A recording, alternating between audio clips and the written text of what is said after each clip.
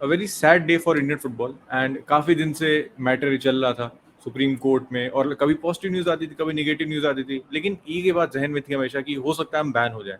हम technically ban तो नहीं हुए हैं, लेकिन we have been suspended by the FIFA due to third party intervention with AIFF.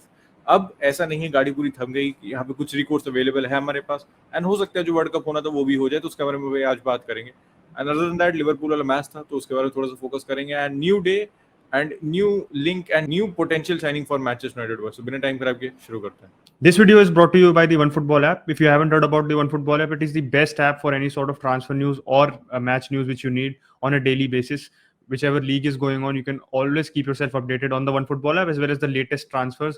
There's a transfer rumor meter as well as a proper dedicated section of official transfers. But the best thing about the OneFootball app is that you can watch live matches as well as highlights of the leagues which are lesser known. The Brazilian league, the Argentinian league, the other smaller European leagues such as the Norwegian league, which you don't get to watch on the TV. You can watch easily on the OneFootball app at the click of a button. So what are you waiting for? Download the OneFootball app. The link is in the description down below. You can download the app and you can help support the Sunday League Pundits. It is a very bad situation for Indian football to be really honest. लेकिन अभी पूरा world cup वाला scenario discuss करेंगे, लेकिन आपको मैं एक positive बता दूं इन सो मेनी नेगेटिव्स जो कि इंडियन फुटबॉल में हमेशा रहते हैं कि हम बैन नहीं हुए, हम सस्पेंड हुए हैं। अगर आप आखिरी लाइन पढ़ोगे ना, FIFA is in constant constructive contract with the ministry of youth affairs and sports in India and is hopeful that a positive outcome in the case में still be achieve.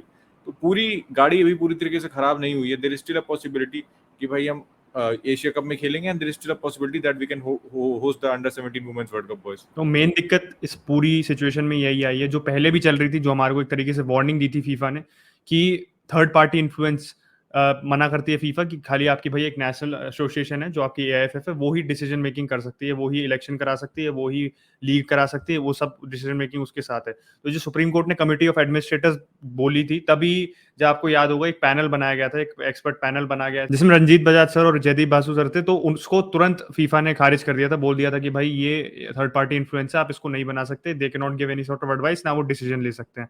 Same issue यही आया है कि जो executive committee बननी है जो अपनी एआईएफएफ की, उसमें कम्युनिटी ऑफ एडमिनिस्ट्रेटर्स का कोई काम नहीं, हाथ नहीं हो सकता।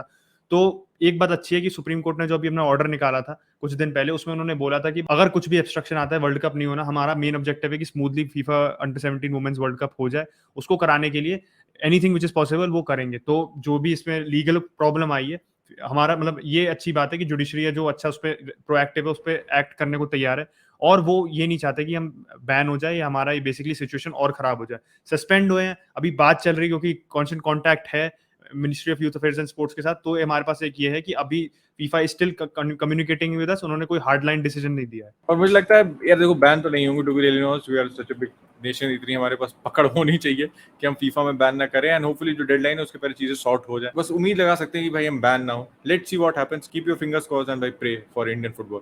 अब देखो थोड़ी सी मैच की बात करते हैं। अगर लिवरपूल वर्सेस क्रिस्टल पैलेस, बहुत आसानी से क्रिस्टल पैलेस से मैच जीत सकती थी। पहले डार्विन न्यूनेस ने जो अपनी समझदारी दिखाई, मैं सोच रहा था बंदे को अपने एफएल में ले आऊं, फिर मैंने कहा नहीं भाई बहुत अच्छा किया भाई, एफएल में नहीं है, रेड कार्ड खा गए, ठीक है। और पता नहीं क्या कर रहा है यार, क्या बेवकूफी है भाई, ये सच है idiotic silly red card to take. आप पहले मैच ड्रॉ कर चुके हो, सिटी अपने दोनों मैच जीत चुकी है, टाइटल कंटेंडर आपकी, आर्सेनल में दोनों मैच जीत चुकी है, टाइटल कंटेंडर आपकी। तो भाई आप इस मैच में जाके Crystal Palace at Anfield, it's your debut, आप जाके हेडबट मार देते हो, ठीक है। यूरोगन स्ट्राइकर है, आई नो कहाँ से आता है ये सब, सुआरेज को हमने लिवरपूल में काफी देखा है। तो 3 मैच के लिए बैन भी हो चुके हैं भाई, यूनाइटेड में मैच भी बाहर है। उसके अलावा अगर बात करें तो मैं सेंटर बैक पेयरिंग की बात करना चाहूंगा, फिर क्रिस्टल पैलेस पे बच्चन डेफिनेटली बात करेगा ही। सेंटर बैक पेयरिंग मेरी समझ नहीं आया, आप नेट फिलिप्स को क्यों स्टार्ट कर रहे थे यहाँ पे? आपके पास गोमेज ऑन द बेंच था, ठीक है, he was fit enough to play. अब Nat Phillips against Wilfred Zaha और जो गोमेज अगेंस्ट विल्फ्रेड ज़ाहा, तो भाई ऑब्वियस सी बात है, विल गो विद जो गोमेज, क्योंकि ही हैज दैट पेस। ऐसा नहीं है कि 6 फुट 6 का है, बेंटेके खिला रहे हो तो नेट फिलिप्स खिलाने के सेंस बनता है एरियली डोमिनेट कर देगा। विल्फ्रेड ज़ाहा अगर स्ट्राइकर खेला है तो ऑब्वियस कि भाई जो गोमेज को खिलाओ। जो गोमेज वैन डाइक के साथ कितना खेला है भाई, नेट फिलिप्स वैन डाइक के साथ कितना खेला? दोनों सेंटर बैक के बीच में एक सेकंड हाफ में चांस थी, फर्स्ट हाफ में थी शायद, towards the half time mark, कि भाई इतनी जगह थी दोनों के बीच में कि पूरी ट्रेन गुजर जाए। सही बता रहा हूँ, लिटरली पूरी इंडियन रेलवेज की ट्रेन निकल जाती है उन दोनों सेंटर बैक्स के बीच में। चीक डुगोरे ने भाई एक आसान सा पास खेला, विल्फ्रेड ज़ाहा 1-on-1, एलिसन ने इज्जत बचा ली वहां पे। तो ये दो बंदे कभी साथ में खेले नहीं, तो as a centre back pairing I think Klopp got it wrong today, and Nunez ने मतलब सोने पे सुहागा कर दिया आज। चीक डुगोरे की वजह से उत्कर्ष ने सही बात की, क्योंकि भाई मैं ना हमेशा लुकआउट पे रहता हूँ कि हमारे से यूनाइटेड के मिडफील्ड से अच्छा किसका मिडफील्ड है, और एक और मेरे को मिडफील्डर मिल गया, नई लेवली मेरे को प्लेयर मिला है जो यूनाइटेड के मिडफील्ड में इतनी आसानी से स्लॉट इन कर सकता है ना कि आपको दिख रहा है ये प्लेयर इतना अच्छा है, obvious quality, and they got him for I think around 20-25 million, if I am not wrong, 20 million में आया है, one of the record signings. तो दिख रहा है भाई किस क्वालिटी का प्लेयर है, और I think one of the stand out players था वो। ज़ाहा ने ऑब्वियसली गोल मारा था, बट ज़ाहा बहुत वेस्टफुल था आज मेरे को लगा क्रिस्टल पैलेस के लिए, मतलब कितनी उसने लूज टच, जैसे अभी उत्कर्ष ने वो एलिसन की सेव की बात की, इट वाज मोर ऑफ ज़ाहा's लूज टच जो एलिसन को पोजीशन में आने अलाउ किया, और उसके बाद पूरे मैच में कि ड्रिबल करते करते कभी स्कफ कर दी बॉल, पीछे रह गई, पास नहीं दिया, और वो कोइंसिडेंटली चेक डुकोरे का ही पास था आखिर में जो वो पोल लग गया था, पता नहीं क्या फिनिश करने की कोशिश कर रहा था, साइड फुट करके आराम से जा सकती थी, उसमें आउटसाइड फुट मारा, उस पे पोल पे लग गया, तो वो अनईजी सा लग रहा था। वो होता है ना कंफर्टेबल प्लेयर ऐसा बहुत कि 10 चीजें सोच रहा है, डिसीजन मेकिंग नेल्ड ऑन नहीं है, वो लग रहा था मेरे को ज़ाहा का गेम देख के।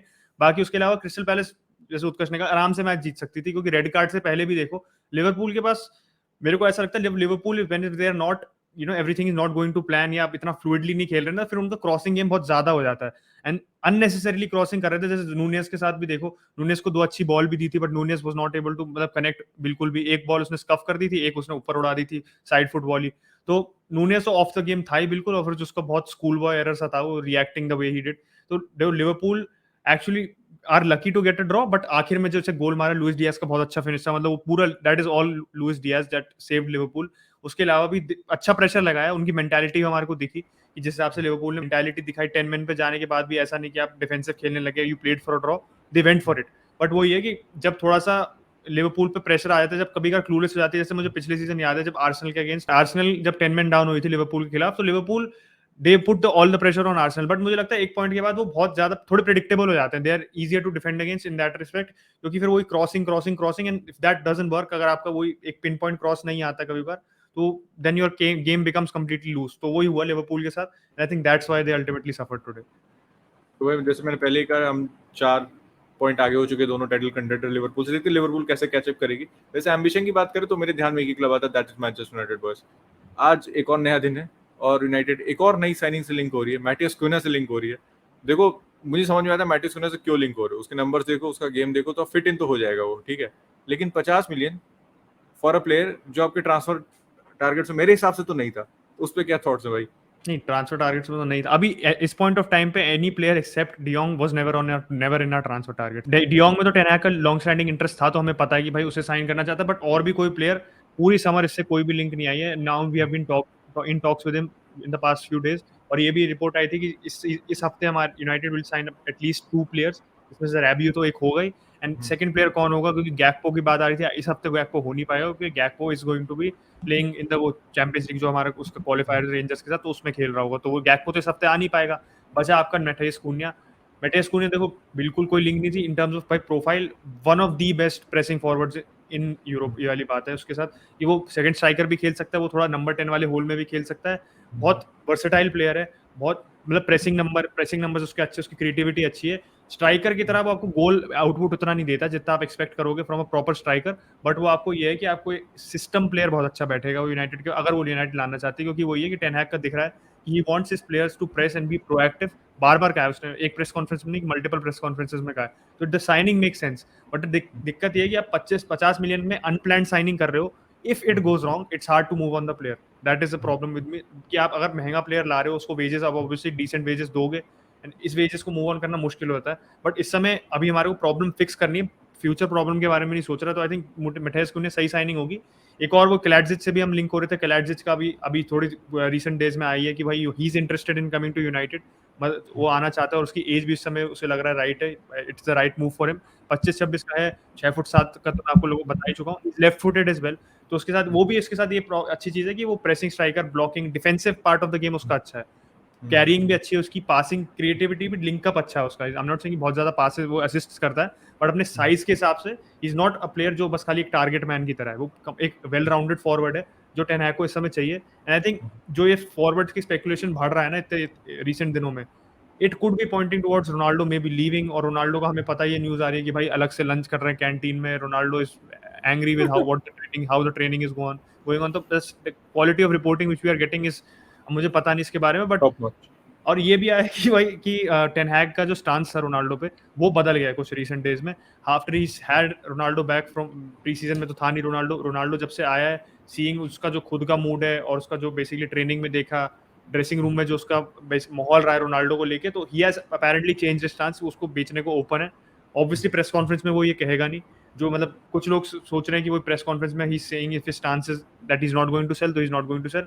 You have to paint a good picture in press conference, specially with United. हमें पता है कितनी बार मैनेजर्स ने आगे कुछ बोला बट बिहाइंड द सीन्स कुछ और हो रहा है। रोनाल्डो जाता कहाँ है हमारे को देखना पड़ेगा, बिकॉज पहले लाइव में भी मैंने ये डिस्कस किया था कि don't have many options left for him to go. Atletico मेरे को ऑप्शन लग नहीं रहा, चाहे मैथेस कुन्या आ भी जाता है। आपकी हिस्ट्री, आपको पूरा सराउंडिंग सर्कमस्टांसेस देखने पड़ेंगे। बायर्न 4 बार नहीं, 5 बार नहीं, 6 बार मना कर चुकी है कि रोनाल्डो, हम स्ट्राइकर ही नहीं लाना चाहते, लेट अलोन रोनाल्डो। चेल्सी बिल्कुल इंटरेस्ट कूल ऑफ कर चुकी है, वो भी नहीं लाना चाहती है। और बचा आपका कोई और क्लब नहीं, स्पोर्टिंग लिस्बन बचा। If they come in with a late bid, मेरे को लगता है जा सकता है, in terms of making sense and zero controversy के पॉइंट ऑफ व्यू से, that is the best move for Ronaldo as well. And United के लिए भी ये रहेगा कि United is not selling to a rival as well. तो मेरे हिसाब से वो मूव एक सेंस बनाता है बस। वैसे कंट्रोवर्सी नहीं होगी तो मजा नहीं आएगा एज अ न्यूट्रल। वैसे अगर आपको एक लंबा चौड़ा स्ट्राइकर चाहिए तो मैं आपको एक रिकमेंडेशन और दे सकता हूँ, दैट इज लसीना ट्राओरे। तो जो लसीना ट्राओरे को जानता होगा भाई, नीचे कमेंट करके बताना, absolute legend of the game. अब बारसा में थोड़ी सी बात करें तो बारसा की खबर ये है कि 30 मिलियन की बिड बारसा, मतलब 30 मिलियन बिड नहीं, 30 मिलियन चाह रही है बारसा। एंड चेल्सी की जो बिड है, या कह सकते हो चेल्सी जो बिड करेगी वो उससे काफी कम है। अब ये बारसा ऐसा प्राइस कोट कर रही है ना, जैसे वो एंथनी के लिए अयाक्स इज कोटिंग 110 मिलियन, तो बारसा की यही हिसाब है, simply to put off the interest you quote a price that the other party is not gonna pay. यार 33-34 का हो चुका होगा, आपको 20 भी मिलना है तो मेरे ख्याल से आप ले लो, आपने फ्री में उसको साइन किया था, सीधे 20 मिलियन का प्रॉफिट बुक करो और निकलो वहां से, आप डिपाई को रख लो। लेकिन अभी ये है कि हम दोनों स्ट्राइकर नहीं लूज करना चाहते हैं। पर एक खबर इन द हाइंडसाइट ये भी थी कि भाई अगर हम डिपाई, ओबा और हम डेस्क को बेच दे रहे हैं तो हम फ्रेंकी को रख भी लेंगे और हम बर्नार्डो भी साइन कर लेंगे। टू बी रियली ऑनेस्ट, इस पॉइंट ऑफ टाइम में बर्नार्डो साइन करना नहीं चाहता हूँ। Bring in good quality full back, Jordi alba की परफॉर्मेंस देख लो, एंड राइट बैक तो कोई है ही नहीं हमारे पास अगर हम डेस्क को बेच देते। रॉबर्टो को मैं राइट बैक गिनूंगा नहीं। We need full backs, sell these players and invest those money on fullback rather than going for Bernardo Silva, जो कि भाई का मतलब डेफिनेटली टॉप प्लेयर। अगर लेकिन अगर फ्रेंकी रुकता है, I think he is a luxury. Then मुझे नहीं पता उस मिडफील्ड से कौन बाहर जाता है, बर्नार्डो कहाँ ऑपरेट करता है भाई। तो sign a fullback, that will be much more sensible in my perspective. Barca क्या करती है वो मुझे नहीं पता, हो सकता है फुलबैक भी साइन कर ले, हो सकता है बर्नार्डो भी साइन कर ले, हो सकता है फ्रेंकी भी रुक जाए। तो नेवर से नेवर हम बारसा 2-4 लेवर और पुल ऑफ कर सकते हैं। और वैसे जो राइट बैक से लिंक हो रहा है, अब हम फ्रिम्पोंग से लिंक हो रहे हैं, फॉयत से लिंक हो रहे हैं, Meunier, Dalot and surprisingly Aaron Wan-Bissaka. जो वन-बिसाका को मैं इस लिस्ट से पहले निकाल देता हूँ, नीड नॉट बी डिस्कस। डैलो को भी मैं निकाल दे रहा हूँ, नीड नॉट बी डिस्कस। अब मैं 2 फुल बैक्स की बात करूँ, मुनियर मेरे ख्याल से नहीं साइन करना चाहिए एट हिज एज। यार drastically he has gone down in the opposite direction. ये जिस कैचिंग विद हिम, उसके वो गेम उतना डायनेमिक नहीं है। टॉटनहम में उसके जितने मैचेस देखे हैं, has lost a lot of pace. Physically भी अब वो उतना इंपोजिंग नहीं लगता मुझे। तो बचते 2 बंदे, फॉयत और फ्रिम्पोंग।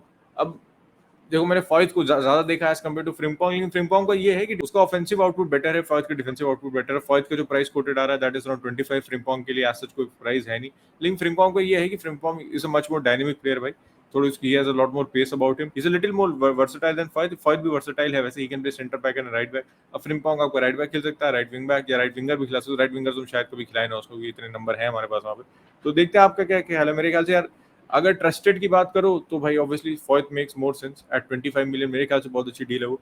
लेकिन फ्रिम्पोंग आपको कुछ एक एक्स फैक्टर प्रोवाइड कर सकता है at the right wing back या राइट बैक, जो आपकी टीम में मेरे ख्याल से अभी लैकिंग है, टू बी रियली ऑनेस्ट। और बाकी न्यूज़ देखोगे तो पाब्लो टोरे को हम प्रोबब्ली लोन आउट कर देंगे। बारसा भी सही बात है, he is playing in the 3rd division for Barça भी राइट नाउ। सैंटंडर प्रमोट होकर भाई आपकी सेगुंडा में आ चुकी है। तो देखते हैं कोई लालीगा क्लब जाता है या फिर बी डिवीजन में जाएगा। I will prefer obviously La Liga move, लेकिन लालीगा से एज सच कोई इंटरेस्ट नहीं आ रहा है। लेकिन देखते हैं अभी बस ये न्यूज़ निकल के आई है तो इंटरेस्ट आएगा। I think is a top quality player, clubs interested definitely होंगे, specially taking on a loan. और एक और खबर ये थी कि डियोंग का जो ऑफर था पर्सनल टर्म्स पे यूनाइटेड का डियोंग के लिए, वो एक्सपायर हो चुका है। चेल्सी, रोमानो रिपोर्ट किया था कि Chelsea will try until the end, लेकिन मैं पहले भी बता चुका हूँ, अभी बता रहा हूँ कि I want De Jong to stay. In other news sky is blue, क्योंकि भाई वुल्व्स ने एक और पोर्टुगीज प्लेयर साइन कर लिया है। और उस पोर्टुगीज प्लेयर को आप नहीं जानते हो क्योंकि इस मूव का वैसे सेंस नहीं बनता। इस पोर्टुगीज प्लेयर का नाम है Matheus Nunes. Matheus Nunes is signing for Wolves, और भाई 38 मिलियन की डील होगी। कुछ दिन पहले ही वेस्ट हैम ने बिड किया था उस पर। ही सेड कि he held out on the move. उसने कहा कि भाई हम नहीं जाना चाहता, I am waiting for a bigger club. And West Ham से बड़ा Wolves I don't think at this point of time at all, क्योंकि भाई वेस्ट हैम इस समय कॉम्पिटिटिव ज़्यादा है। ठीक है, लीग टेबल में वेस्ट हैम यूनाइटेड के साथ ही है बिल्कुल, क्योंकि 0 पॉइंट्स हैं उनके। But in terms of competitiveness as a better squad, I think उसकी एक आप होता है ना कि chances of succeeding, chances of impressing, एक अच्छा फिट होना आपके लिए मेरे हिसाब से वो होता। ब्रूनो लाज is a good manager, I am not saying he is bad manager, but वो ये है कि आप इन terms of competitive stand point आप देखो तो वेस्ट हैम सेंस बनाती थी, आप वेस्ट हैम को छोड़ के वुल्स जा रहे हो, बट अगेन पोर्टुगीज कोटा है वहाँ पे आपको, अगर आपके 10 प्लेयर पोर्टुगीज नहीं होंगे तो वुल्स खेल ही नहीं सकती, मैच खेलने से मना कर देती है प्रीमियर लीग उनको।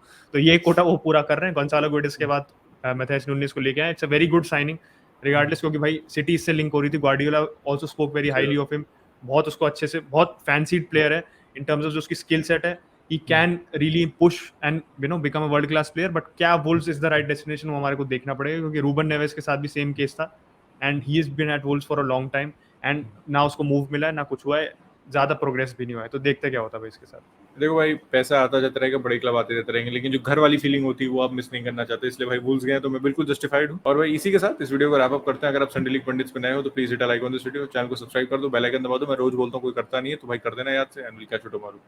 Bye bye.